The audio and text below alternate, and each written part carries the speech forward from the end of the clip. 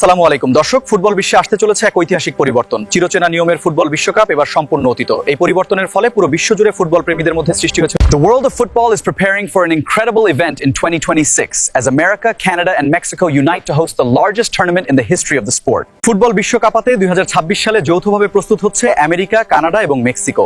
আর এই আসরেই ঘটতে যাচ্ছে ফুটবল ইতিহাসের সবচেয়ে বড় টুর্নামেন্ট। ফিফার নতুন সিদ্ধান্ত অনুযায়ী 32 দলের চেনা ফরম্যাট ভেঙে এবারের আসরে অংশ নেবে রেকর্ড 48টি দল।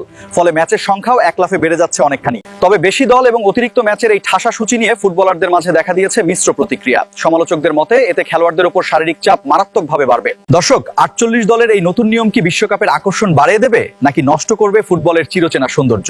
আপনার মূল্যবান মতামত কমেন্ট বক্সে জানান। ফুটবল দুনিয়ার এমন সব ব্রেকিং আপডেট সবার আগে পেতে আমার প্রোফাইলটি ফলো এবং চ্যানেলটি সাবস্ক্রাইব করে রাখুন। ধন্যবাদ।